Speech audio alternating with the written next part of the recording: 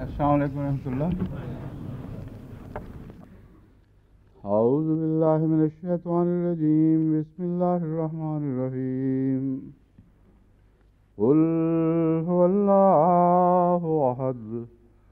Allahus samad.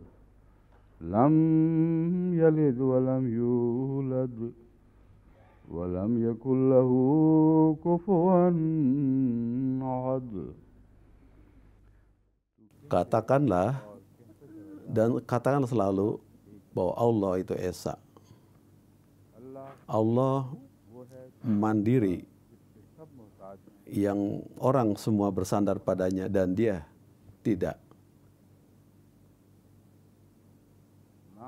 tidak melahirkan, tidak pula dilahirkan. Di sini penciptaan tidak berarti berasal, melainkan adalah kelahiran. Walam yakul lahu kufuwan ahad. Tidak ada yang seperti diri atau zatnya. Kufu maknanya adalah setara. Dalam bahasa Arab kita sudah tahu maknanya tanpa diterjemahkan paham. Urdu juga. Jadi artinya kufu kita biasa gunakan dalam kaitan dengan kekerabatan, di mana kufu maknanya adalah secara akhlak, secara keluargaan, secara akhlak itu sebut kufu. Dalam makna lam yalid wa lam yulad wa lam yakul lahu kufuwan ahad artinya tidak ada yang seperti zat atau dirinya, karena kata ini juga digunakan menunjukkan yang mana Tuhan tidak punya istri, di mana manusia ada pasangannya dan punya anak. Dengan konsep ini tidak sesuai dengan keadaan orang disebut karena dia tidak memiliki persamaan kufu. Dan dengan demikian ketika seorang menggali lebih dalam tentang kufu, maka ada hubungan dengan masalah melahirkan menjadi jelas. Dalam hal kecocokan sosial, budaya, kecocokan keluarga, atau kecocokan terkait, lalu kemudian ada pernikahan dan lahirlah anak.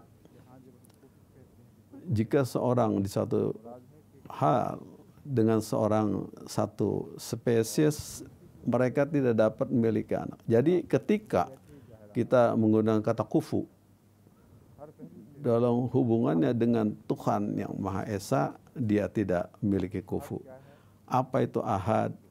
Adalah bahwa dia tidak ada kufu dengan zat lainnya. Artinya dia beda, tidak ada yang sama satu sama lain dengan diri atau zatnya. Kemudian sekarang sehubungan dengan kata ahad, alih-alih kita membahas secara detail lagi sebagaimana tahun lalu sudah dijelaskan, hal-hal yang besar-besar, poin-poin penting ini di dalam surah Al-Ikhlas, yakni tentang dijelaskan ke murni masalah tauhid Allah Ta'ala. Yang paling penting dan kita kenal bahwa surah ini namanya Al-Ikhlas, dan tentang makna akhlak ahad sudah kita jelaskan bahwasanya Tuhan itu tidak ada yang menyamai zatnya. Ada hal kata lain yang sebaliknya adalah kata wahid. Yakni wahid itu artinya pertama, kemudian setelah itu ada dua, ada ketiga. Umumnya secara umum para ulama memaknai kata wahid menjelaskan bahwa para konsep kedua hal ini, jika kata wahid ini di mana dijelaskan tentang hubungannya dengan masalah keyakinan Kristen Trinitas, sebagaimana dalam ayat di Allah berfirman, paman kana yarju rabbihi, bahwa Muhammad katakanlah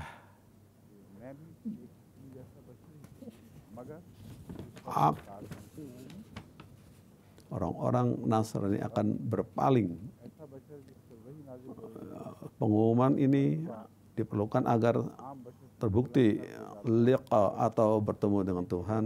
Bukti terbesar dari ini adalah bahwa meskipun menjadi seorang pria seperti Anda, aman kana liqa rabbi, di akhir zaman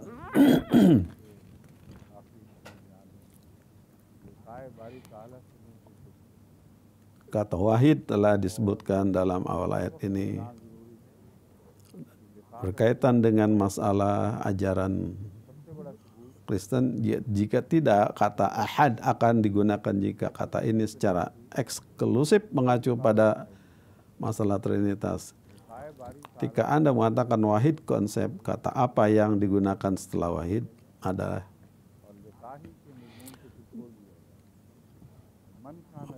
paman kana yarju liqa rabbi falyamal amalan salihan. Kata wahid telah disebutkan, qul innama ana basarum mislukum, berkaitan dengan tentang ilahi wahid, menjelaskan tentang ajaran Kristen. Jika tidak, kata ahad akan digunakan jika kata ini secara khusus mengacu kepada masalah Trinitas. Ketika Anda mengatakan wahid, kata apa yang digunakan setelah wahid itu adalah salis, dan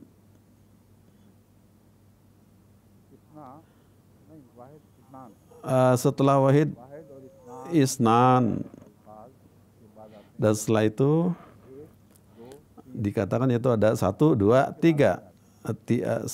Tapi setelah ahad tidak ada kata-kata seperti itu. Angka-angka ini tidak dapat dipahami setelah kata ahad. Jadi karena mereka tidak dapat memahami setelah kata ahad, oleh karena itu para sarjana mengartikan bahwa ahad meniadakan Trinitas. Sesungguhnya ahad memang meniadakan Tritunggal, tapi juga dengan kata wahid dalam artian jika ada mengatakan 2 atau 3 untuk menyatakan 2 ketiga sebagai adalah salah, maka perlu menyebut seseorang sebagai wahid. Apa kata yang akan digunakan kata salis setelah isnan adalah salis. Jadi kata wahid itu 1 lebih dari 1, misalnya ada 2 dan 3.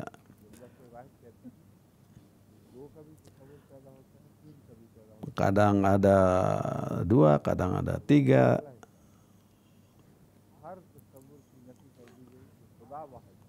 Jadi dengan ini kita memahami bahwa Tuhan itu adalah esa. Tidak ada Tuhan 2 atau Tuhan 3.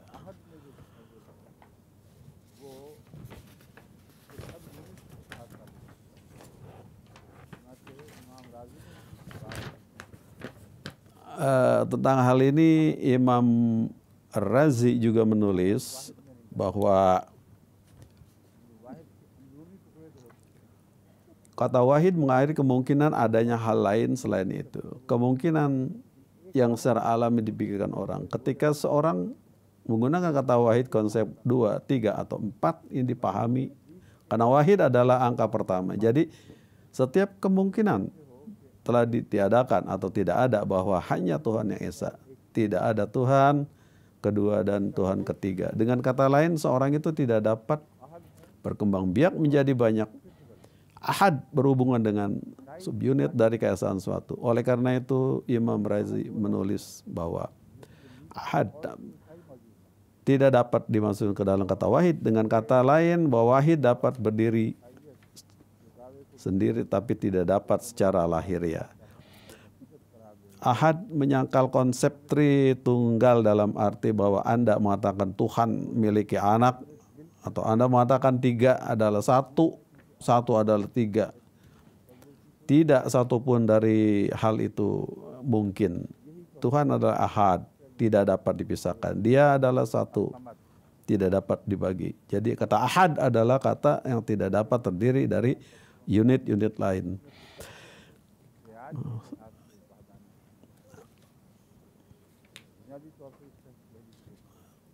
Jadi secara dasar ahad adalah 1 atau sendirian.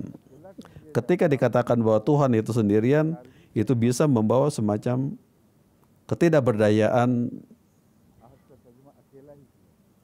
Muslim Maud juga menerjemahkan ahad adalah sendirian. Ketika seorang mengatakan bahwa dia sendiri, dapat juga dikatakan bahwa dia sendirian dan tidak berdaya, dan kapanpun dia ingin menggambarkan dirinya sebagai orang yang tertindas. Seperti dikatakan bahwa seorang ayah dengan anaknya dirampok, hartanya diambil, seorang bertanya, kenapa kamu kan berdua kok dia sendirian?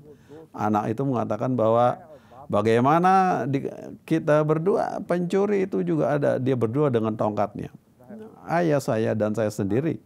Jadi dalam kasus seperti itu, menyendiri menunjukkan rasa tidak berdaya dan miskin. Dan inilah yang ditiadakan oleh kata as-samad. Tuhan yang Maha Esa menyatakan bahwa dia tidak membutuhkan siapapun, tapi semua orang membutuhkan zatnya. Jadi Tuhan sendiri tidak berarti bahwa dia tidak berdaya, melainkan berarti bahwa dia adalah dia yang dimintai atau diperlukan bantuannya bagi makhluk-makhluk lainnya. Jadi suatu yang tidak tertandingi dan tidak seperti yang lainnya, yang memerlukan dukungan. Artinya hanya satu yang harus dicari dukungannya oleh setiap orang. Ketika semua orang memerlukan dukungan zatnya, tidak perlu mencari dukungan orang lain. Semua orang mencari dukungan Tuhan. Jadi dengan cara lain, konotasi negatif yang muncul dengan menggunakan kata sendirian dibantah dan dijelaskan bahwa Tuhan itu sendirian. Dalam arti bahwa semua bergantung pada zatnya. Ketika ini diperjelas, rasa sendirian begitu masalah, atau di masalah ini juga telah diselesaikan. Dia tidak sendiri dalam arti bahwa ada makhluk lain di dunia selain dirinya atau zatnya. Dia sendirian dalam arti tidak ada makhluk lain yang seperti dia. Jika ada makhluk atau makhluk lain, itu ada melalui dukungannya. Makhluk lain ada itu karena karunia-Nya. Ini tidak hanya terdiri dari ketergantungan, tapi juga terdiri dari eksistensi. Meskipun Tuhan sendiri, Anda melihat kelimpahan atau makhluk lain yang banyak ciptakan oleh Tuhan. Namun di antara makhluk dunia limpah itu tidak ada satupun makhluk yang memiliki kemampuan untuk hidup tanpa dukungan Tuhan yang Maha Esa. Jadi dia adalah satu dan unik, tetapi dia menganugerahkan kehidupan kepada semua makhluk-makhluk lain. Dia unik, tetapi ada alam semesta tak terbatas yang telah diwujudkan olehnya. Segala sesuatu dengan sendirinya hanya hidup dan ada karena karunia-Nya. Jika dukungannya tidak ada, maka semuanya pun akan musnah. Jadi secara spiritual, secara rohani, ini harus diingat bahwa kita tidak mempunyai hubungan dengan Tuhan, maka keberadaan kita tidak ada artinya. Jika kita memiliki hubungan dengan Allah Ta'ala, maka keberadaan kita itu akan bermakna. Jadi adalah fakta yang terbukti hubungan dengan keberadaan benda-benda materialistik, bahwa mereka hanya ada karena kehendak Tuhan. Namun dia tetap sendiri. Maka dari itu perlu untuk mengembangkan hubungan dengan Allah Ta'ala yang Maha Esa, agar seorang dapat menjaga dan memelihara rohaninya. Kemudian yang ketiga, lam yalid wa lam yulad. As-samad. As-samad ini membentuk konsep lebih dari satu, dan ahad meniadakan konsep itu. Selain itu, Tuhan yang Maha Esa menyatakan lam yalid wa lam yulad. Ketika ada lebih dari satu makhluk di dunia, itu sebabnya orang mungkin mencari dukungan orang lain. Jika bukan, ini masalahnya, maka orang tidak akan mencari di tempat yang lain. Tuhan menyatakan bahwa kelimpahan, yakni manusia banyak di dunia, tidak terjadi melalui kelahiran Tuhan. Tuhan tidak dilahirkan sebagai anak melalui hubungan antara ibu dan bapak. Tidak menghasilkan anak. Dengan demikian banyak manusia dunia ini berkaitan dengan tahlik atau penciptaan tidak berhubungan dengan taulid atau kelahiran. Itulah mengapa bab selanjutnya dimulai dengan pokok bahasan, yaitu kul.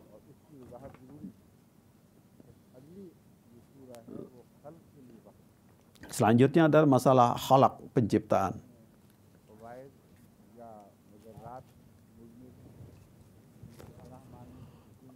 Yaitu kul a'udzu birabbil falaq. Ini surah Al-Falaq. Lam yalid wa lam yulad telah menempatkan orang-orang Kristen begitu sulit.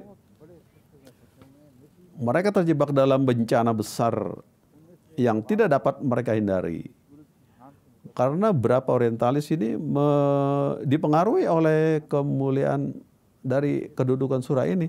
Hal yang mengganggu mereka adalah bahwa pasal ini secara terbuka dan tegas mengekspos masalah kekristenan, menyangkal doktrin mereka, dan mencabik-cabik struktur kekristenan. Dan pasal ini termasuk pasal-pasal awal dalam turunnya wahyu. Jadi mereka berada dalam situasi yang sulit karena saat ini adalah salah satu awal yang diturunkan di era Mekah. Noldek menulis bahwa ini terungkap menjelang tahun ketiga di Mekah. Dengan kata lain, kemungkinan besar terungkap pada awal tahun keempat di Mekah. Dia berkata, kami tidak dapat menerimanya untuk mengungkap lebih lambat. Lebih lambat dari itu, hal yang menyebabkan perbedaan adalah bahwa sebagian orientalis telah menyatakan bahwa surah ini diturunkan pada masa Madinah, sehingga hal ini memberikan pengaruh kepada sebagian orang untuk mengatakan bahwa ada yang mengatakan satu hal, sedangkan yang lain mengatakan hal lain lagi. Kenyataannya, situasi sulit yang dihadapi beberapa orang adalah bagaimana mungkin sebuah surah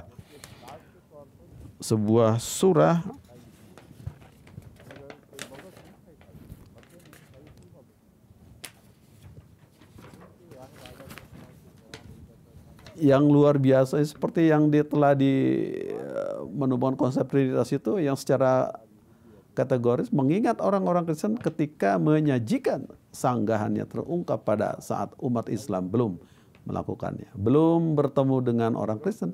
Itu adalah masa ketika jarang mendengar tentang keberadaan Kristen. Kekristenan bukanlah suatu hal yang diperdebatkan orang pada masa itu. Di antara beberapa orientalis yang terpaksa menerima bahwa ini adalah bab penolakan tentang doktrin Kristen yang secara langsung membahas agama Kristen. Di mana Richard Belt, di mana dia menyatakan bahwa kemudian dia mengatakan bahwa kemungkinan berapa arti lain di ayat-ayat, tapi dalam ayat 4 bagaimanapun harus diarahkan kepada doktrin Kristen. Jadi menurut orientalis, mereka tidak menerima, tapi mereka terpaksa menerimanya. Bell juga mencoba keluar dari situasi ini, tetapi kemudian pada akhirnya bahkan dia mengatakan bahwa sejauh menyangkut ayat 4 lam yalid walam yulad, kita tidak punya pilihan selain menerima bahwa ini adalah menangani masalah doktrin Kristen. Sekarang lihat Montague Watt Sahib yang Malang tampaknya sangat sedih karena dia telah membangun citra kebangsawanannya yang menakjubkan dan menakjubkan bahwa dia tidak menentang Islam. Dia mengatakan hal-hal secara yang diukur dengan baik dan ringkas sehingga orang tidak bersalah atau berpikir sederhana, gagal memahami arti sebenarnya dari apa yang dikatakan. Dia mengatakan bahwa tidak mungkin referensi aslinya adalah untuk orang Yahudi dan Kristen. Kalau Mekah itu oke, dia mengatakan bahwasanya menerimanya untuk diwahyukan selama era Mekah, tetapi kemudian dia mengatakan bahwa itu tidak mungkin. Tidak ada bukti atau alasan yang disajikan untuk mendukung pandangannya. Sekarang murid-muridnya hanya akan mengingat kata tidak mungkin ketika mereka menemukan masalah ini. Jadi begitulah cara mereka mengekspresikan prasangka mereka. Mereka benar-benar menutup mata dan mengabaikan fakta yang sebenarnya dan membuat klaim dengan sangat polos sehingga orang tidak menyadari apa yang sebenarnya dikatakan. Bagaimana itu? Tidak mungkin. Kekristenan begitu jelas dan kategoris dibahas di sini sehingga ada tidak dapat benar-benar keluar darinya dan menyangkalnya. Wery yang Malang kemudian mengatakan bahwa ilusi utama di sini adalah penyembahan berhala kaum Quraisy. Dan selanjutnya dia mengatakan, tetapi setelah itu dibuat untuk diterapkan pada orang Yahudi. Dikatakan Yezra anak Tuhan, orang Kristen yang menyembah Kristus, Allah, anak Allah. Dia mengatakan bahwa asalnya Quraisy yang disapa, tapi setelah itu dia dibuat untuk diterapkan untuk orang Yahudi dan Kristen. Tidak ada pertanyaan untuk membuatnya berlaku untuk orang lain nanti. Dan ini membahas kekristenan, mencabik-cabik struktur kekristenan sehingga mereka tidak memiliki cara untuk keluar dari sini. Sekarang kita, kata Montague Watt, menggunakan kata tidak mungkin itu, lihat betapa absurdnya. Hal berikutnya dia katakan bahwa ketika sampai kata diperanakan dalam ayat 4, BL mengatakan bahwa tidak mungkin untuk menerjemahkan ini dengan cara lain selain untuk menerima bahwa kekristenan sedang dibahas. Montague Watt mengatakan belum diperanakan, mungkin ditujukan untuk melawan kepercayaan pagan dari Arab pada anak perempuan Tuhan. Lam yalid wa lam yulad, keduanya berada dalam kelompok yang sama, tidak ada konsep seperti lam yalid dalam karangan orang Arab. Tidak ada orang lain selain agama Kristen yang dapat disapa dalam kelompok lam yalid wa lam yulad. Jadi dengan menggunakan kata-kata seperti mungkin dan ketika menerima bahwa surat ini diturunkan selama era Mekah, mereka berusaha untuk menghindarinya dan menyangkal hasil atau akibat alami dari apa yang disebutkan. Pada akhirnya setelah menunjukkan permusuhannya dan setelah menunjukkan pandangannya yang cemburu, Wery berkata, kucing keluar dari kantong. Dia berkata ayat ini dengan ayat-ayat sebelumnya mengungkapkan kebenaran Alkitab. Seluruh pasal terdiri dari ungkapan-ungkapan tulisan suci.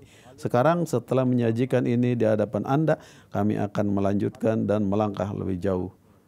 Ini adalah hubungan antara surah Ikhlas dan surah Al-Falaq yang baru saja saya sebutkan dalam sebelum ini kepada Anda. Ada banyak hubungan lain antara kedua bab yang saya terangkan tahun lalu. Sehubungan dengan komentar Masih Maud alaihissalam, saya telah berbicara tentang ini sebelumnya juga.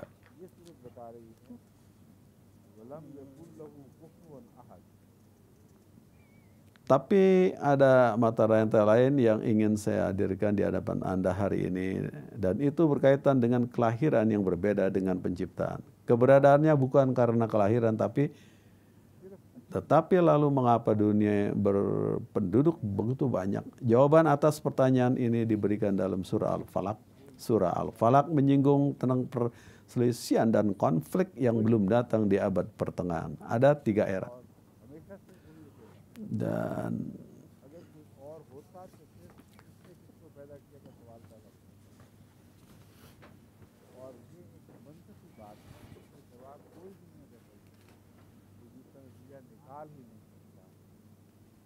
अगर वजूद है या वो पैदा हुआ है जब हमें कोई बात मतलब आ ही नहीं सकती, कुछ भी नहीं सकती। वजूद का होना इसलिए वजूद की नफी नहीं करता कि इसको किसने पैदा किया। आखिर कोई तो है हमेशा से, वरना वजूद ना होता। अगर वजूद है तो फिर वो किसका वजूद है? ये कुरान फरमाता है खालिक। Itulah hal yang dikatakan Quran tentang penciptaan.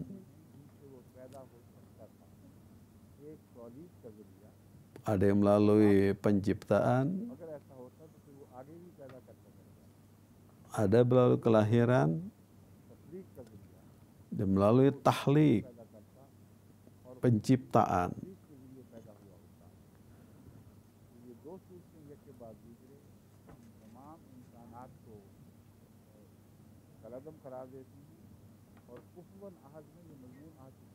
Dalam hal ini maka kata kufuwan ahad telah sampai pada maksudnya.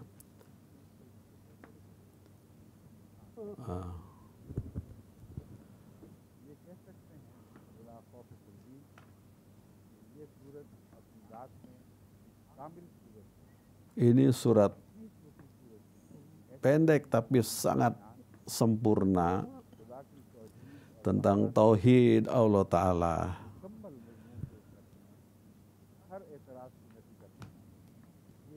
Begitu jelasnya surah ini membahas tentang ketauhidan ilahi.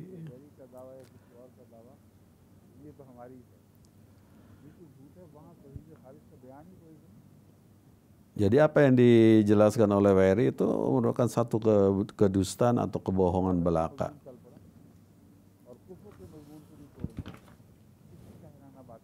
Dia mengabaikan tentang kufu, yakni makna bahwa Allah itu esa, dia tinggalkan begitu jahilnya.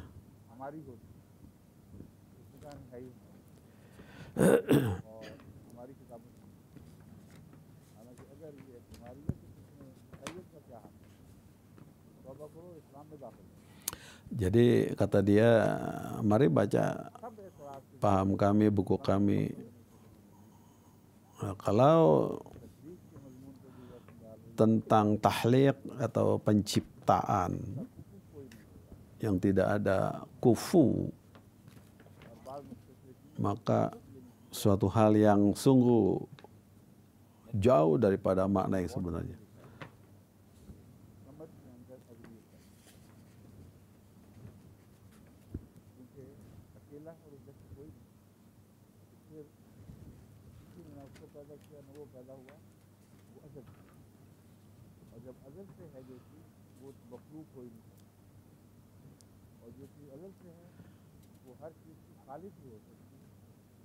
Keberadaannya bukan karena kelahiran, tapi lalu mengapa dunia ini berpenduduk begitu banyak? Jawaban atas pertanyaan ini diberikan pada surah Al-Falaq. Surah Al-Falaq menyinggung tentang konflik atau perselisihan yang datang di abad pertengahan.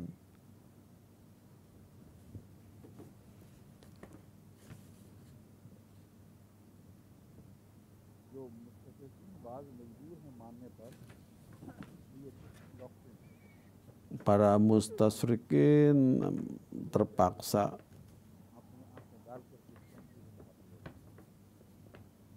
mengakui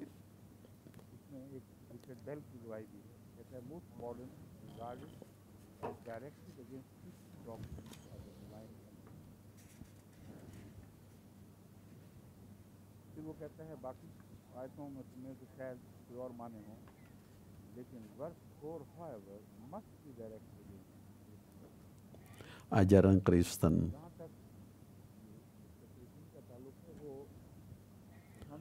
Ya, para ahli ketimuran seperti Bell mengatakan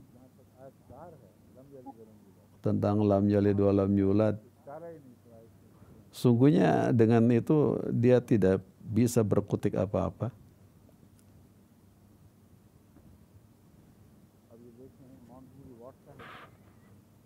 Montgomery-Watt और क्योंकि उन्होंने अपनी खिलाफ mengatakan bahwa belum diperanakan, mungkin ditujukan untuk melawan kepercayaan dari suku-suku Arab pada anak perempuan Tuhan di mana lam yalid wa lam yulad, keduanya berada di kelompok yang sama dan tidak ada konsep seperti itu yang lazim di kalangan orang Arab.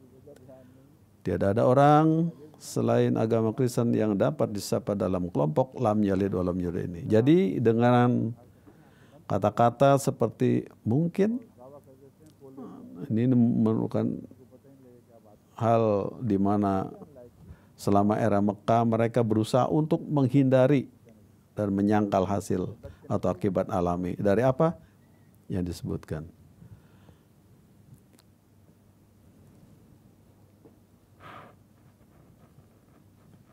और वही बेचारा कहता है the primary allusion here is to the idolatry of the Quraysh. और फिर कहता है Kemudian Wery juga mengatakan bahwa tentang hal ini berhubungan dengan orang-orang Quraisy. you are said to have called everyone Dia katakan bahwa setelah menunjukkan pandangan tentang kecemburuannya, dia berkata bahwa kucing keluar dari kantong. Dia berkata ayat ini dengan ayat-ayat sebelumnya mengungkapkan kebenaran kitab, Alkitab. Seluruh pasal terdiri dari ungkapan-ungkapan tulisan suci. Sekarang setelah menyajikan ini di hadapan Anda, kami akan melanjutkan dan melangkah lebih jauh.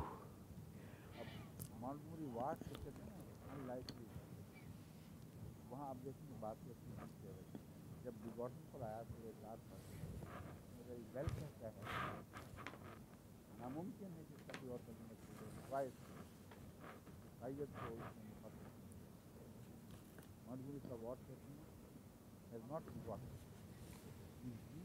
direct against the Arabian pagan belief in God.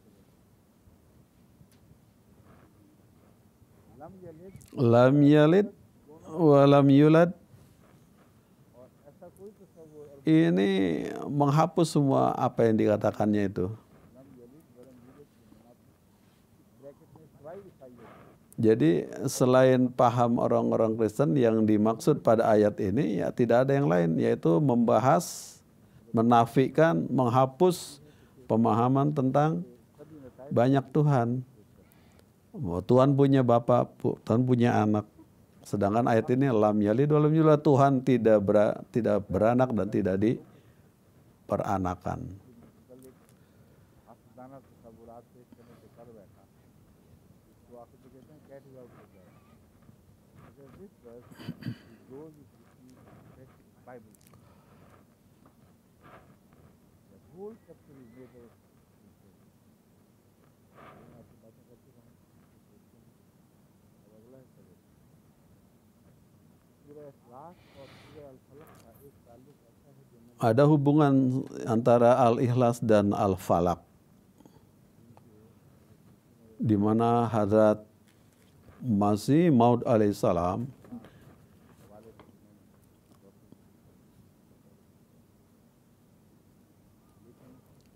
और ताल्लुक भी है pada tahap akhir penciptaan selesai dan Allah yang Maha Kuasa menghasilkan manifestasi dari kedua kelimpahan tersebut, kelimpahan melalui penciptaan dan kelimpahan melalui penciptaan rohani. Dengan kata lain, ada kelimpahan dalam penciptaan makhluk yang mencapai puncak tertingginya. Nabi suci sallallahu alaihi wasallam lahir dan beliau menjadi manifestasi sejati dari ciptaan akhir. Jadi dengan kata lain ada kelimpahan dalam penciptaan makhluk yang mencapai puncak tertinggi yaitu Muhammad Rasulullah SAW. Ada 3 era atau evolusi. Pertama ada Tuhan yang abadi. Hubungan yang dia miliki dengan semua makhluk lain. Bukan melalui kelahiran tapi melalui penciptaan. Dan ciptaan telah mencapai kesempurnaan setelah melewati berbagai era. di setiap saat ciptaan menghadapi banyak bahaya, dan di setiap saat takdir Tuhan yang Maha Kuasa menyelamatkan ciptaan dari bahaya tersebut, dan dia terus memungkinkan mereka untuk mencapai keadaan yang lebih tinggi dan lebih baik. Ini hubungannya bukan dengan walad tapi dengan khalq.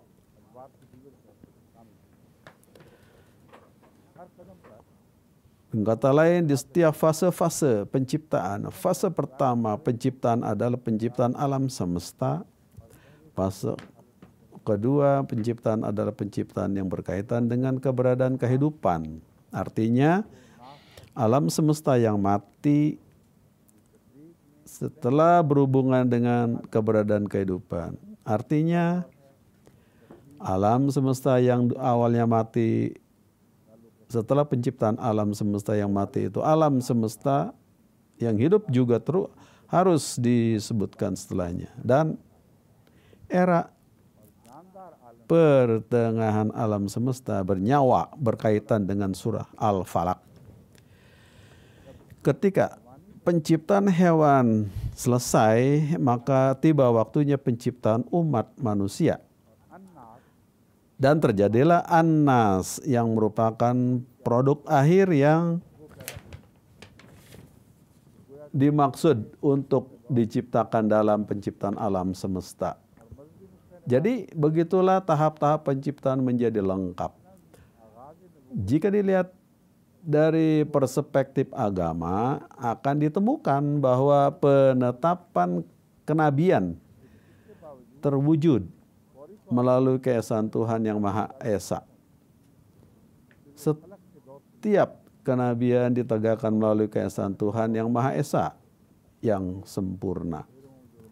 Namun terlepas dari itu, mereka tidak langsung mencapai tingkat terakhir dan terakhir dari kemajuan dan perkembangan mereka. Kemudian mereka melalui fase-fase falak, ada fase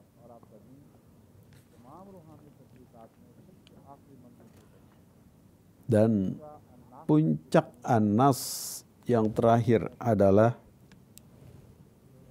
datangnya Muhammad Rasulullah Sallallahu Alaihi Wasallam.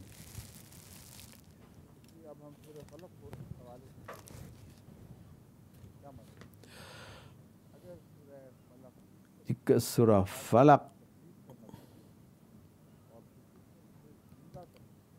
tentang penciptaan,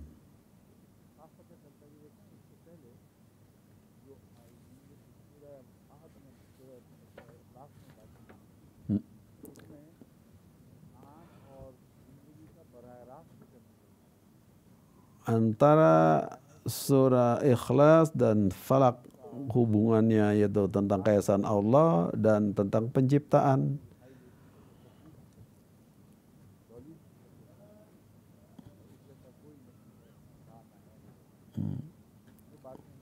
Hal ini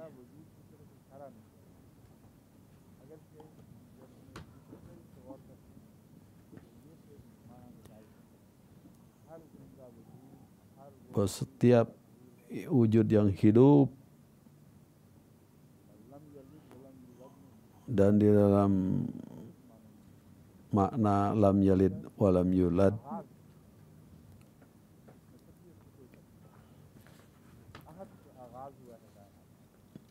jadi ahad adalah penciptaan awal alam semesta.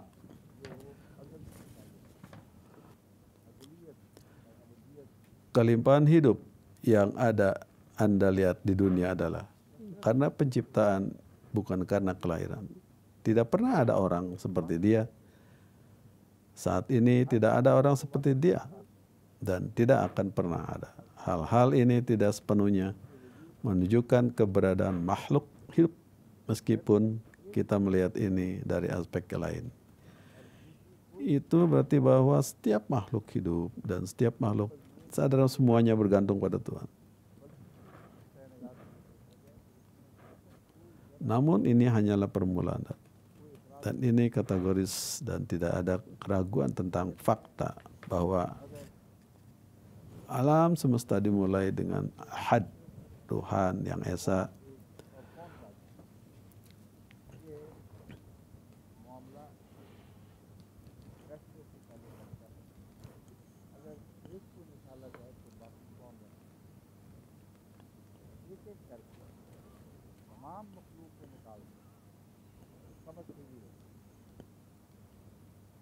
तमाम मखलूक मिल जाएगी, Ya, semua makhluk dikeluarkan. समझ इसी तरह रहेगा जिसका ताल्लुक हम उसकी भी इंसान जो ऐसे सैलाब के वक्त शुरू को चला रहा है Seperti banjirnya di zaman Nuh alaihissalam, semua tersapu bersih.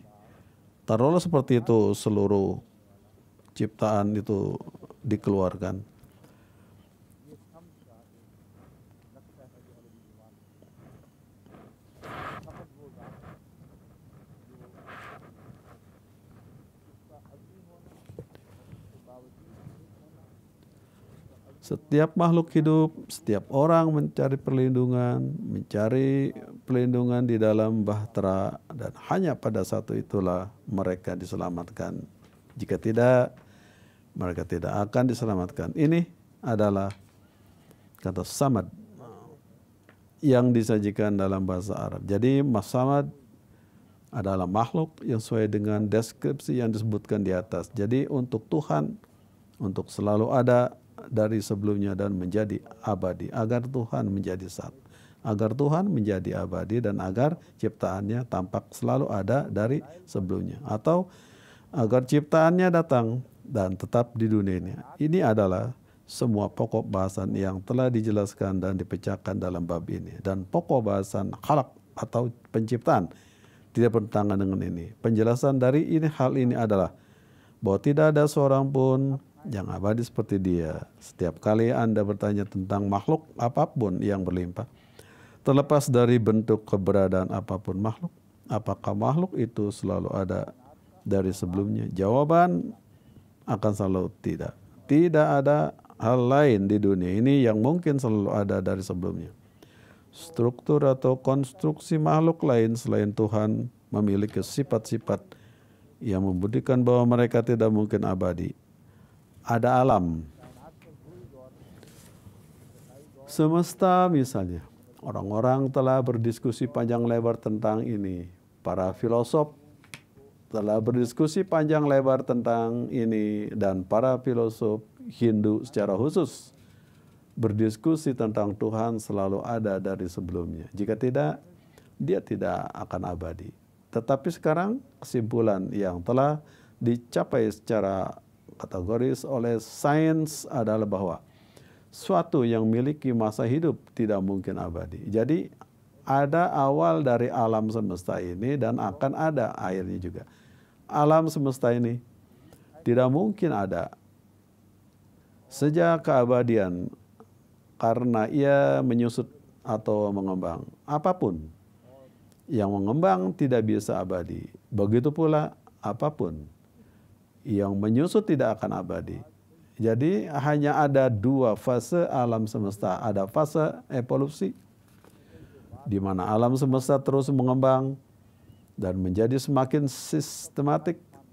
Dan kemudian ada fase di mana dia berkurang masanya.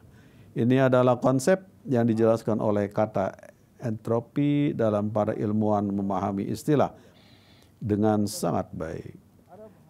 Entrop mengacu pada energi itu, sebenarnya tidak mengacu pada energi. Biar saya terlebih dahulu, kemudian Anda akan mengerti apa yang arti entropi. Segala sesuatu yang hadir memancarkan panas, ini semacam panas yang menjadi terpancar dari, karena tidak dapat didaur ulang.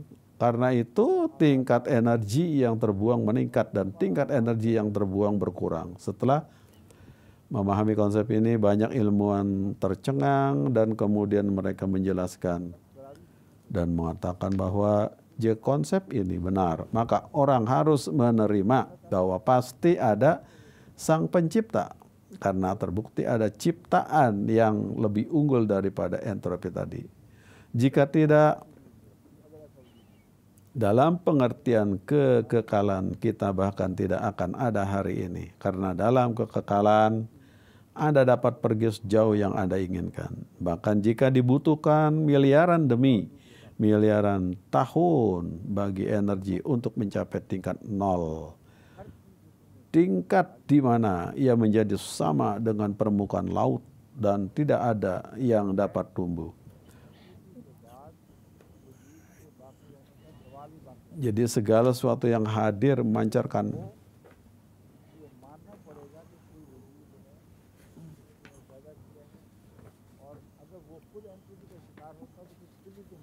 jadi kalau menjadi sasaran entropi tadi itu, maka tidak ada yang tertinggal.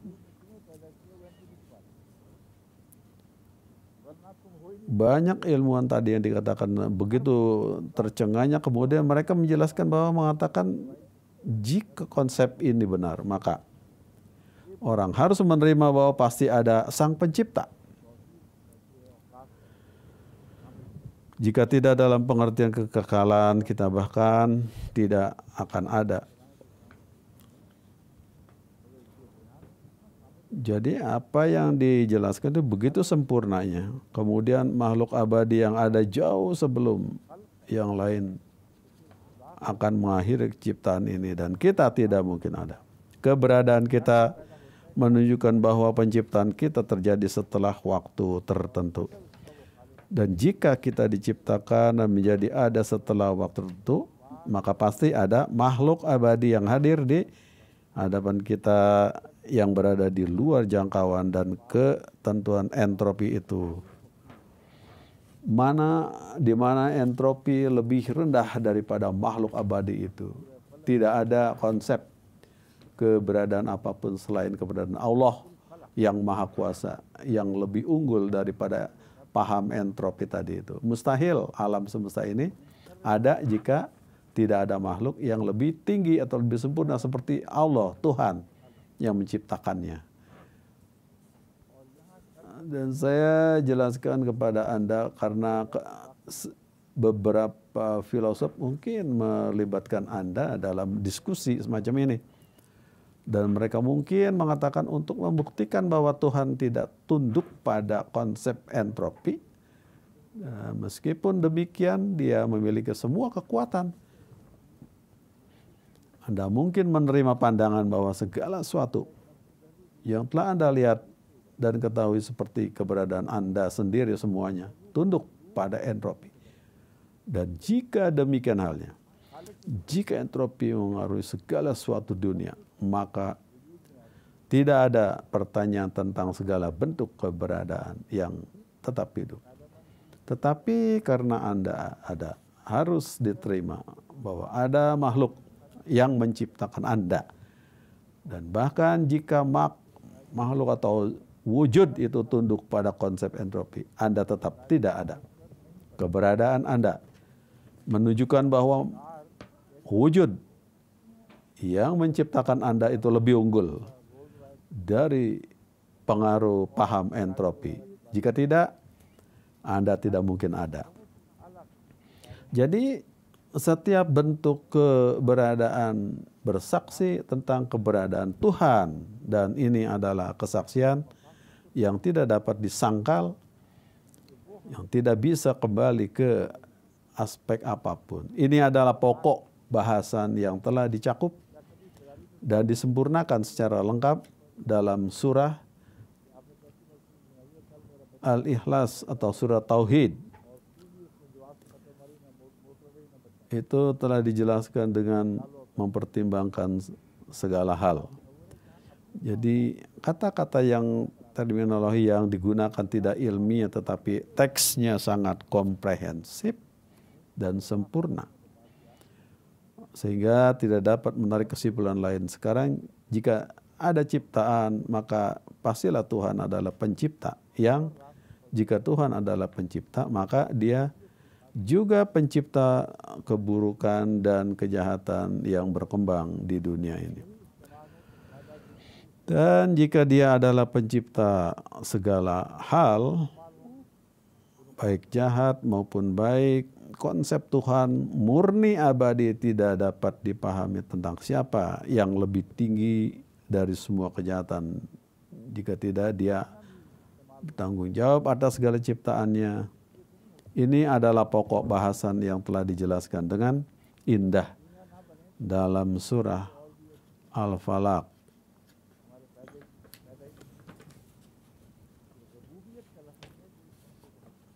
Jadi dengan ketuhanan bahwa dia menciptakan segala-galanya. Rabbun. Surah Al-Ikhlas, bahwa Tuhan adalah mazhar pertama. Kemudian surah Falak, Rabbil Falak, ada tentang penciptaan. Dan surah Nas adalah membahas masalah kekuasaan.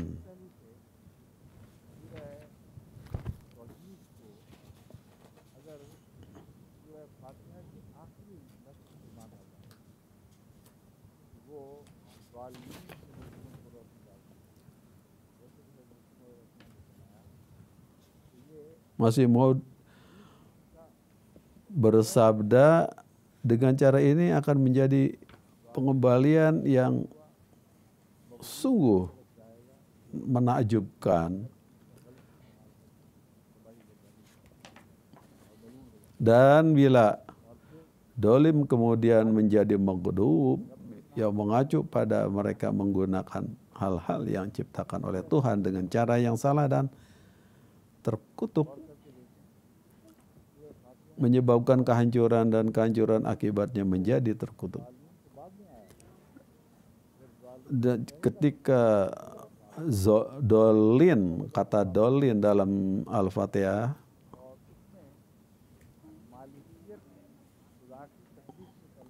yang tentang Rabbun Nas, Malikin Nas, kemudian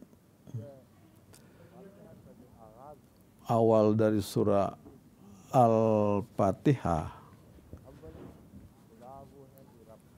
dijelaskan bahwa pertama Tuhan adalah Rabb, yang kedua Malik, kerajaan.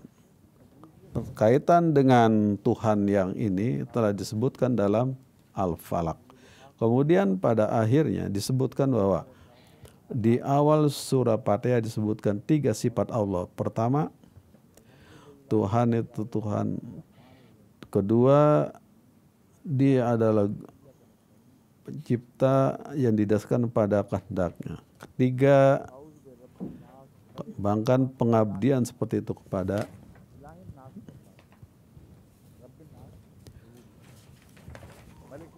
Sang Pencipta. Ia kana berdua, ia kana nasta'in. Jadi dengan cara ini 3 bab terakhir kembali ke topik yang disebut di awal surah Fatihah, yang menunjukkan bahwa Alhamdulillah Rabbil Alamin Ar-Rahmanir Rahim Malik Yaumiddin, iya kana berdua, iya kana nasta'in, adalah hal-hal yang sedang dibahas. Jadi surah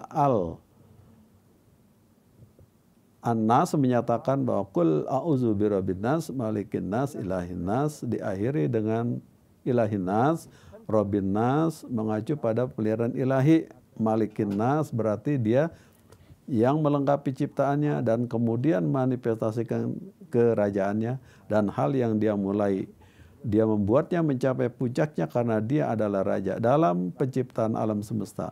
Setelah menciptakan manusia, arti sebenarnya dari ini malikiyatnya menjadi nyata. Jadi setelah memulai penyelenggaraan ilahinya, dia tidak menjauh dari ciptaannya, dia tetap bersama dengan ciptaannya, mereka mencapai tahap nas. Dengan nas yang dimaksud adalah bahwa ketika Tuhan membentuk ciptaan spiritual rohani, dia tidak meninggalkan ciptaannya sampai manusia sempurna, yaitu wujud Muhammad Rasulullah SAW.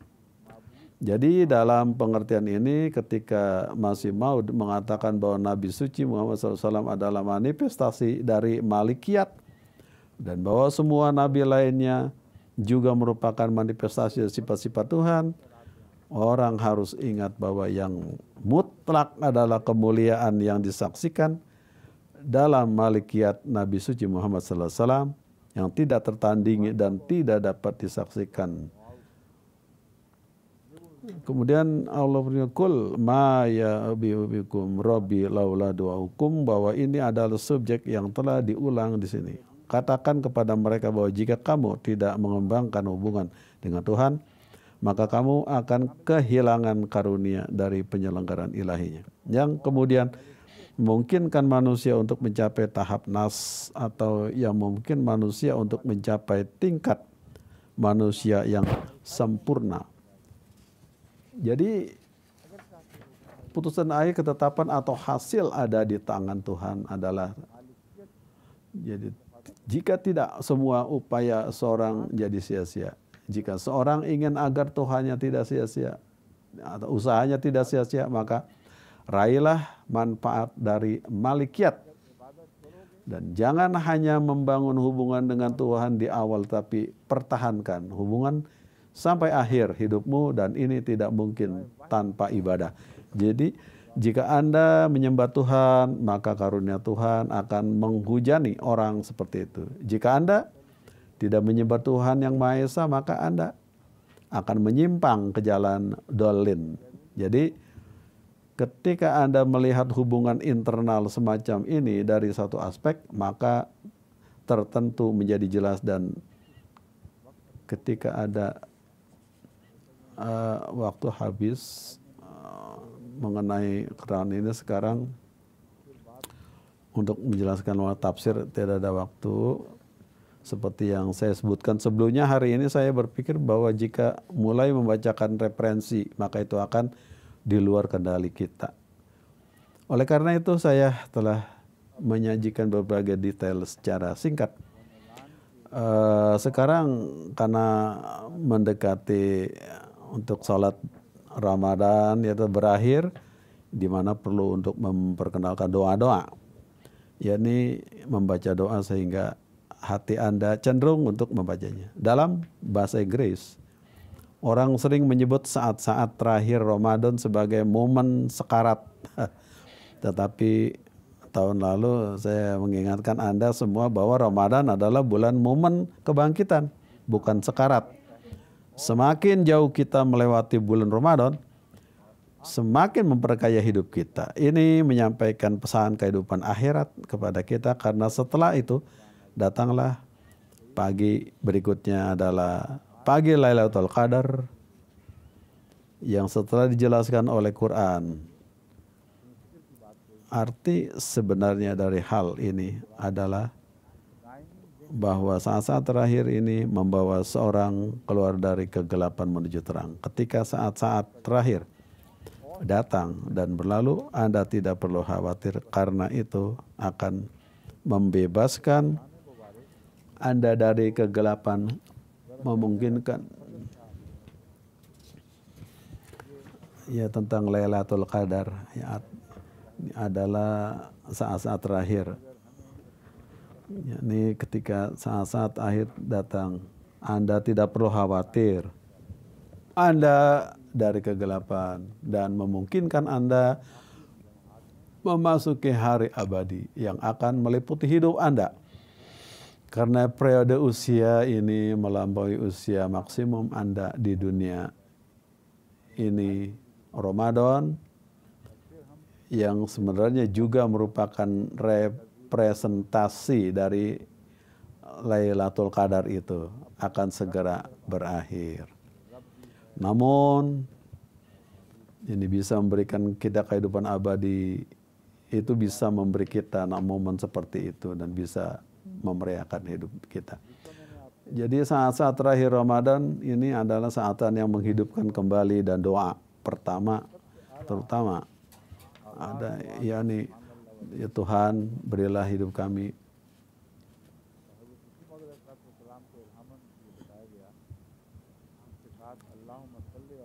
Allahumma salli ala Muhammadin wa ala ali Muhammad. Sehubungan bersama dengan doa ini, kita mulai setiap doa dengan keagungan dan pujian Allah.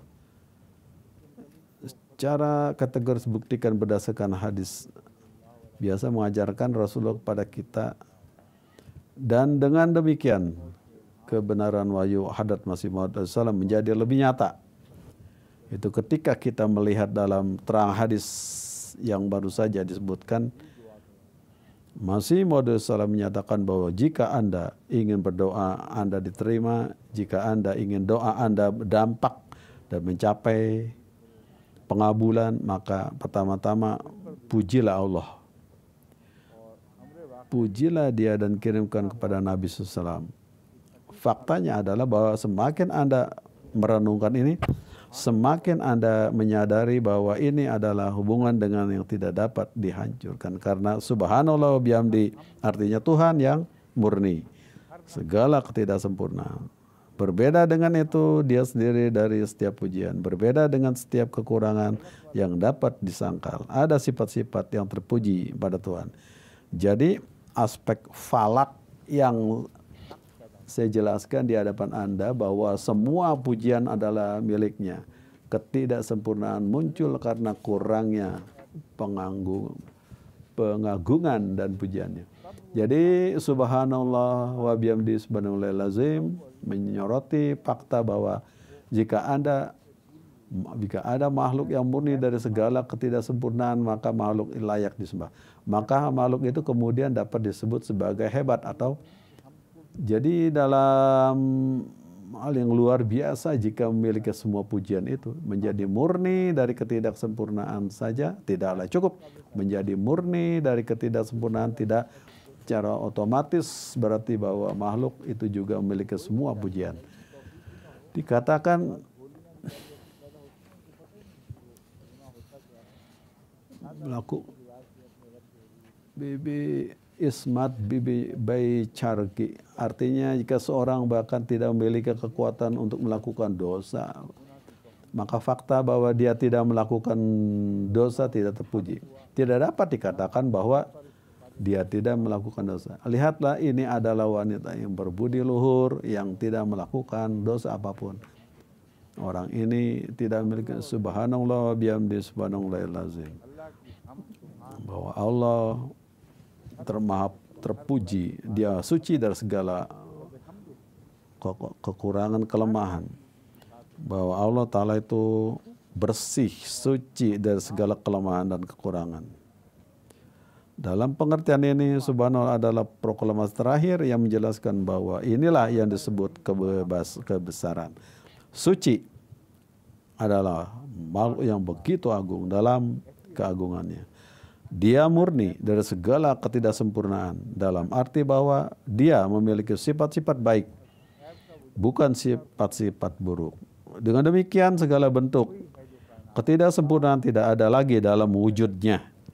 Dan dia hanya memiliki sifat-sifat yang baik. Apa yang kita lihat di dalam alam semesta adalah segala-galanya. Tuhan yang Maha Esa hanya menciptakan hal-hal yang baik. Kekurangan hal ini bukan penuh hal-hal, itulah yang menciptakan ketidaksempurnaan. Jadi yang Esa telah menciptakan alam semesta dengan cara ini. Dia suci dari segala kelemahan, sempurna dalam setiap kualitas yang baik, dan hanya dia memiliki keagungan mutlak. Muhammad utusan Allah subhanahu wa ta'ala, murni dari segala ketidaksempurnaan sejauh yang dimungkinkan oleh manusia, dan lengkap dalam setiap kualitas yang baik sejauh yang dimungkinkan oleh manusia. Dia adalah salah satu makhluk yang tidak tertandingi antara umat manusia. Cara Tuhan tidak tertandingi di seluruh alam semesta. Demikian juga Nabi suci Muhammad SAW tidak tertandingi di antara ciptaan semesta alam, merupakan puncak mutlak dari manusia. Jika ada yang orang bisa disebut hebat, fundamental itu adalah Muhammad, utusan Allah. Jadi kita telah mencapai Tuhan yang Maha Esa melalui wujud ini. Makhluk yang tidak menyerupai Tuhan dengan cara yang telah dijelaskan tidak dapat menuntun seorang kepada Tuhan. Jadi dari perspektif subhanallah wa bihamdihi subhanallahil azim, Nabi suci Muhammad SAW adalah satu-satunya makhluk yang dapat memimpin seorang menuju Tuhan yang esa berdasarkan semua topik yang sebutkan dalam hal ini. Melalui Nabi suci, perjalanan menuju Allah menjadi lebih mudah. Jadi kami mengenal seorang dari mengetahui sifat-sifatnya ini dengan rahmat dan berkah Allah, menyucikan dirinya dari segala noda dan dosa, mengganti segala potensi noda. Kami menyaksikan kualitas benar-benar. Itulah sebabnya nama Muhammad digunakan untuk ini. Inilah adalah nama yang dipercayakan kepadanya, diberikan kepadanya oleh Allah, karena dia memiliki semua kualitas baik. Penolakan terhadap hal-hal kotor, lemah adalah hal yang termasuk di dalamnya. Kata-kata dari kata subhanallah wa bihamdihi subhanallahil azim.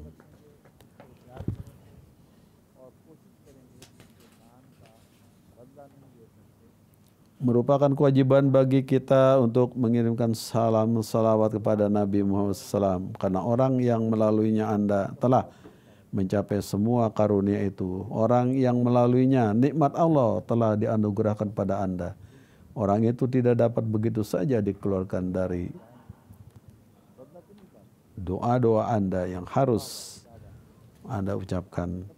Anda harus terus mencintainya, menjaga hubungan dengannya, menghargainya, menghormatinya, dan berusaha untuk setidaknya mengungkapkan rasa terima kasih kepada wujud itu dan mohon bantuan, karena itu Anda tidak dapat membalas sepenuhnya untuk semua apa yang telah diberikannya.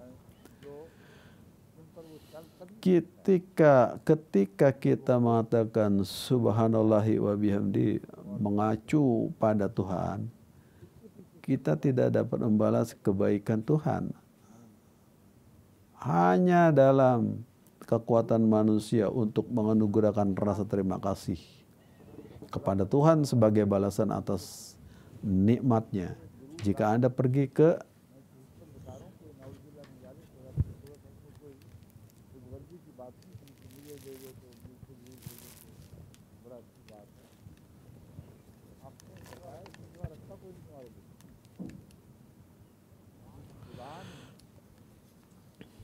नजर रखिए और जानता है कि मैं वसीला बनाया उस वसीले की बात करोगे, उसको जरूर भेजोगे, तो फिर वो तुम पर रुजू बरामद होगा, वो रहमत के साथ तुम पर झुकेगा और तुम्हारी बातों को कबूल करेगा। जैसे कभी माओ के बाद उनके बच्चों को भी जाना और माओ की रहमत नहीं हो तो बच्चों की rahmat dan doa seorang ibu adalah juga keberkahan dan keridhaan Allah Ta'ala.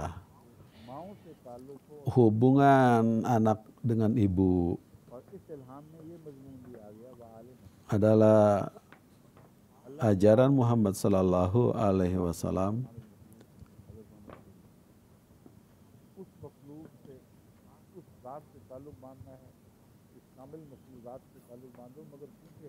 Membangun hubungan baik dengan wujud ini, yaitu Muhammad Sallallahu Alaihi Wasallam. Ketika kita menyampaikan durud salawat atas Nabi Muhammad Sallallahu Alaihi Wasallam,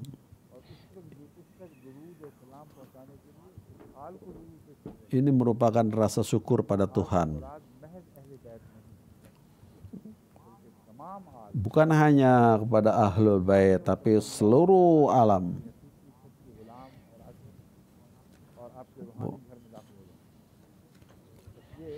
Inilah doa yang sempurna, dan kita tenggelam dalam doa itu.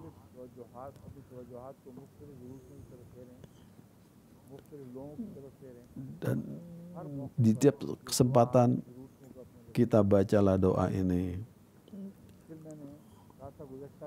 Saya menjelaskan kebijakan di balik ini bahwa Nabi Muhammad SAW tidak mengatakan sesuatu yang egois dengan mengatakan, jika Anda mengirim salam kepadaku, akan baik untuk Anda.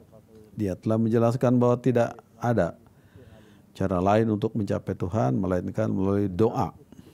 Dia menjelaskan bahwa Tuhan yang telah memilihku mengetahui bahwa aku telah dijadikan sebagai sarana perantara yang melaluinya seorang dapat mencapai Tuhan. Jika Anda mengingat perantara itu dan mengirimkan salam kepadanya, maka Tuhan akan berpaling kepada Anda dengan belas kasih sayangnya. Dia akan menurunkan rahmatnya kepada Anda dan akan menerima doa-doa Anda. Sama seperti seorang yang tidak hanya berdoa untuk. Jadi wahyu ini mencakup subjek wa ali Muhammad. Ya.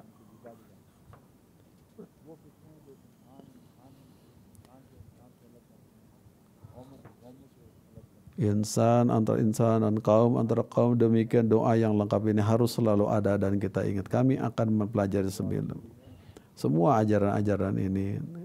Ini kita hendaknya menjadi bagian daripada Ali Muhammad, yakni keluarga Muhammad. Dan doa terbesar bagi dunia adalah berdoa semoga Tuhan. Terbesar bagi dunia Islam adalah doa-doa semoga Tuhan memungkinkan setiap orang untuk bergabung dan menjadi keturunan keluarga Muhammad SAW, yaitu menjadi pengikut Islam yang sejati. Dalam surah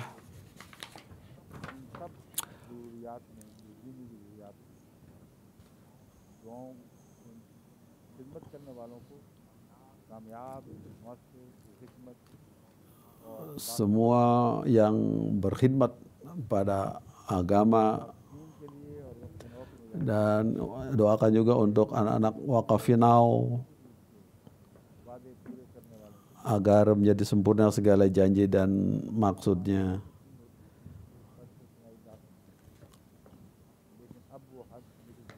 Jadi semuanya kembali pada hal yang sama, yaitu berdoa agar seluruh dunia bergabung menjadi keturunan Muhammad SAW, dan Islam dan Ahmadiyah terus unggul melalui tahapan-tahapan. Banyak memang kesulitan sepanjang jalan. Berbagai kesulitan itu dapat terhindar dengan tarbiyat. Kita berusaha untuk menjadi yang terbaik sebagai umat dari Muhammad sallallahu alaihi wasallam.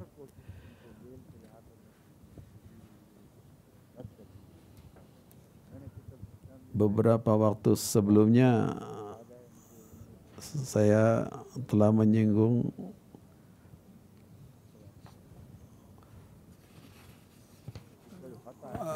bahwa ada yang ngirim surat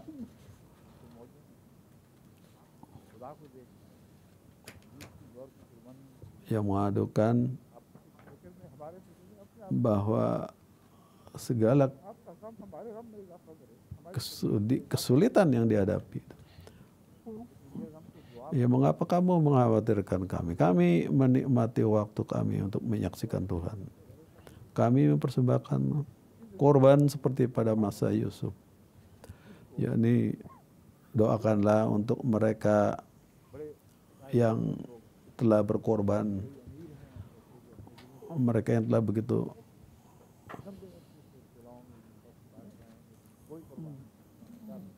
panjang waktu yang mereka telah korbankan untuk ini.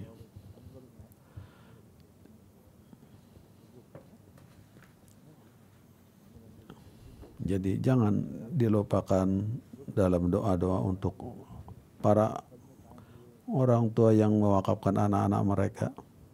Beberapa hari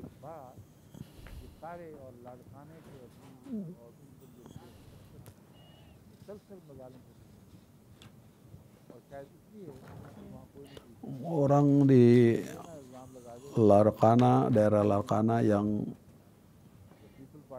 mereka mengalami kesusahan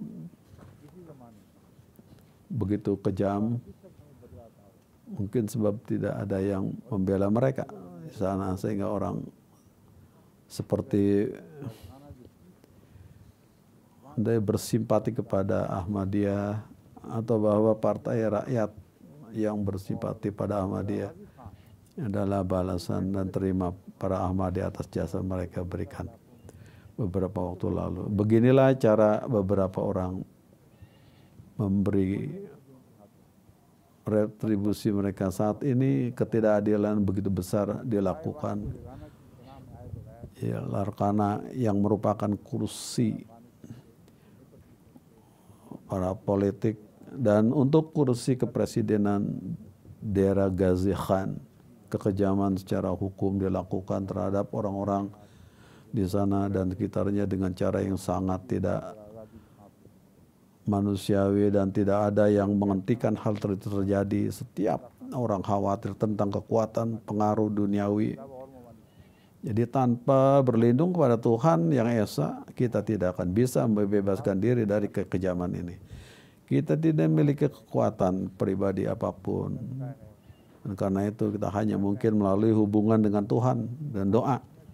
Karena itu ingatlah saudara-saudara kita yang dipenjara, doa-doa bagi mereka yang berjuang di jalan Allah Ta'ala. Dan doa-doa Anda, ingatlah rahmat dan kemungkinan mereka untuk menghidup udara bebas seperti kita. Negara di Pakistan menjadi penjara. Negara lain seperti itu juga hanya dilakukan kekejaman, menjadi korban atas kekejaman orang.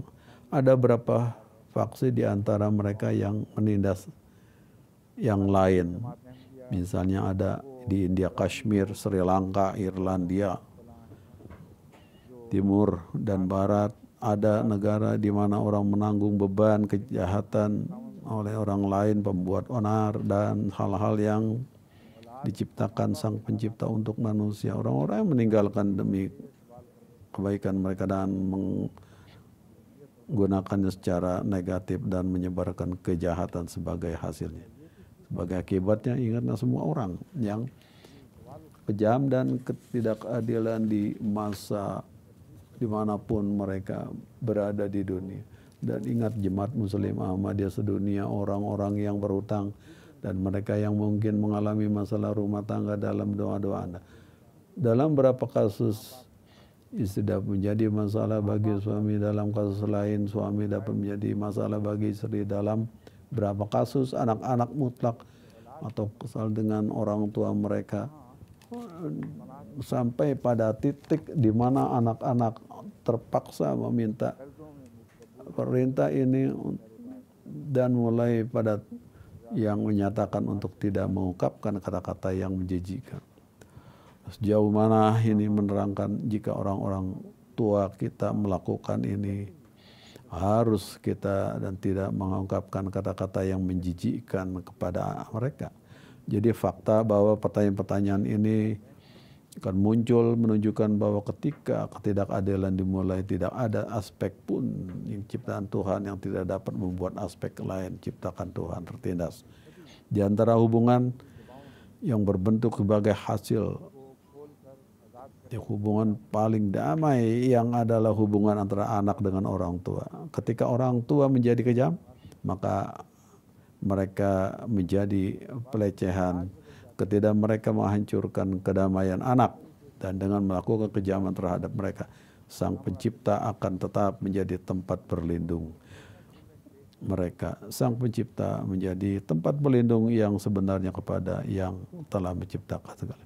Seorang akan berpaling kepadanya dan melindungi mereka dari segala kejahatan. Ada bagian orang berbeda sementara yang lain dengan harta dan kekayaan yang telah bertemu dengan kemalangan. Ada berapa orang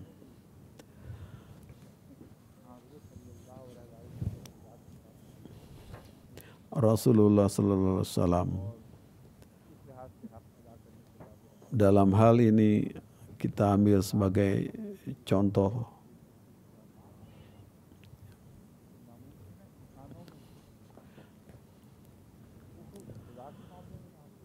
Jadi hal-hal yang dalam urusan dengan Tuhan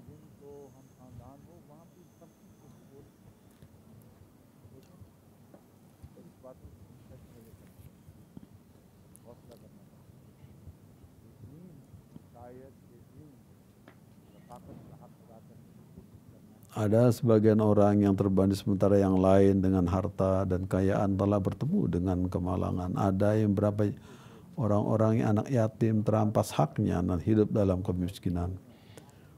Ada anak-anak perempuan yang belum mendapatkan pasangan. पैदा हुआ बाहर का Dan berbagai tempat lain menghadapi masalah ini. Kehidupan orang tua वाली बला से हिस्सा yang sulit, anak-anak mereka melewati kehidupan mereka di depan mereka telah secara moral dilatih oleh orang tua dalam ajaran Islam. इस्तिग़फ़ार करो, दुआ करो और जैसे Tidak dapat dikatakan bahwa देखी सब कमजोरियों का hal-hal yang tidak cocok, tapi kadang-kadang hal itu berubah. Jadi hal-hal ini हमदर्दी खलाइक से है औरत के साथ मलाइमत और सख्त तकलीफ करने का मिजाज रखता है। ada juga perlakuan terhadap kaum wanita yang tidak baik. Semoga dalam keluarga juga ada anak-anak yang begitu merasa malang, doakanlah mereka. निजाम का निशाना बना रहे हैं। बॉस्निया में भी ये कैफियत है, कश्मीर में भी है, फिलिस्तीन में भी है, एशिया में भी है, दूसरे ममालिकों में भी है। मगर मैंने जुल्म के खिलाफ बात की है। Hal ini terjadi di beberapa kawasan di dunia. जो नाम को मजालिम का निशाना बना रहे हैं, उनके साथ हमारी आलमगीर है और हम आलमगीर के हाथ बैठे आलमगीर लोग मुल्की मसाले की बाजों को निशाना बना रहे हैं। Dalam perkara masalah kenegaraan, तो आबाद ये उन मुल्कों के खिलाफ हमसे जहाद करें। मैं जुल्म के साथ जहाद खिलाफ हूँ क्योंकि हमारी आलमगीर ऐसे कॉम्प्रोमाइज हो गई। अगर हमने किसी एक मुल्क का साथ देकर dunia के हवाले से किसी दूसरे मुल्क की दुश्मनी की बातें की या नाजायज़ के हवाले से जो हमारे पसंद एहतियात के साथ सबसे आला बात यह है कि जुल्म के खिलाफ dalam beberapa kasus kita harus इन लोगों से जुल्म penuh kehati-hatian. ये खुदा से ताल्लुक़ के दावे करके खुदा के नाम पर जुल्म की करते हैं। सबसे ज़्यादा जालिम Jauh mana kita menerapkan jika orang सल्लल्लाहु अलैहि वसल्लम ने melakukan kezaliman, सबसे ज़्यादा जालिम शर्र मन तासा जो भी नबी के खिलाफ जो भी वो वजूद में जिन पर लाख पाते लाख की शर्त को मद्देनजर रखते हुए उनके मतलब दुआ करें अल्लाह मस्जिद Allahumma mazikum kulla mumazakin wasahikum tashiqa. Ya Allah, hancurkanlah mereka. Hubungan yang kita panjatkan doa itu adalah hubungan dengan hal-hal yang buruk. Karena memutuskan suatu hubungan itu ya merupakan dosa. Tapi memutuskan hubungan dengan kejahatan adalah harus diputuskan. Jadi hubungan yang buruk harus diputuskan, dan dengan doa itu penduduk Rabuah khususnya di mana mereka tempat tinggal Khalifah dan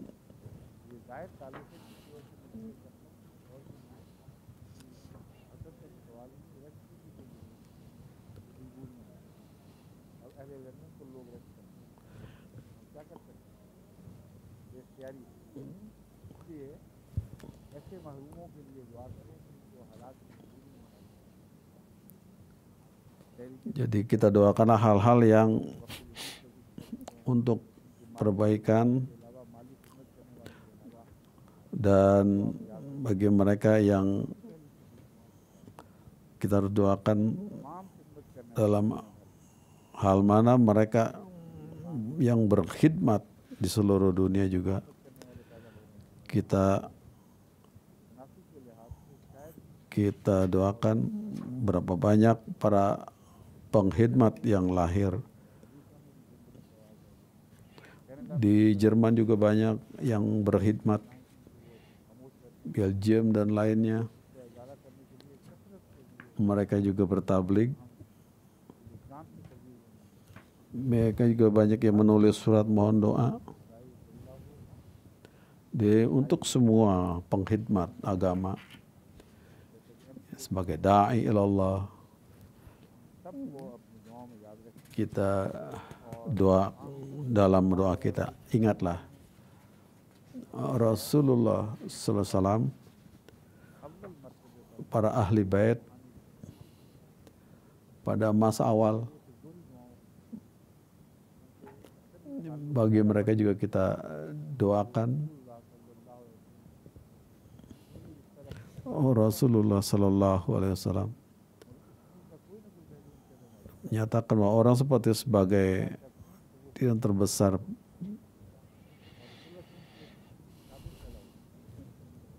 Rasulullah sallallahu alaihi wasallam ini di zaman Masih Maud alaihissalam, dan untuk mereka dan hubungan secara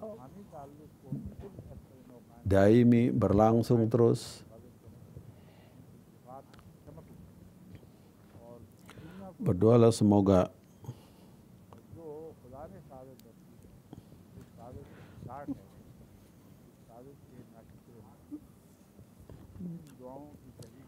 sekarang kita galakan doa-doa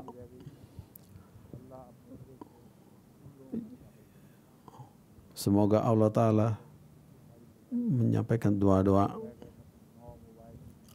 mengingat para mubayyin, non-mubayyin, mereka semoga dilindungi dari keburukan dan terus maju untuk seluruh dunia. Subhanallah bihamdi, subhanallahil azim.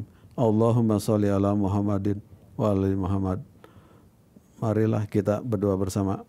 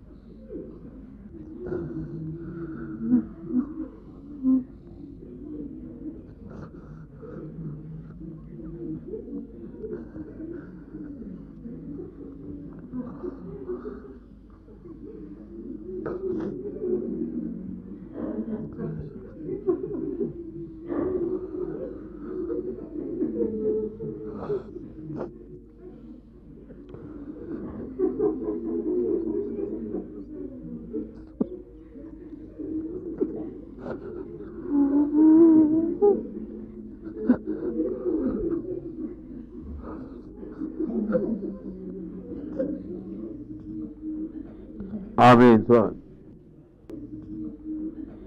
Amin, Tuhan.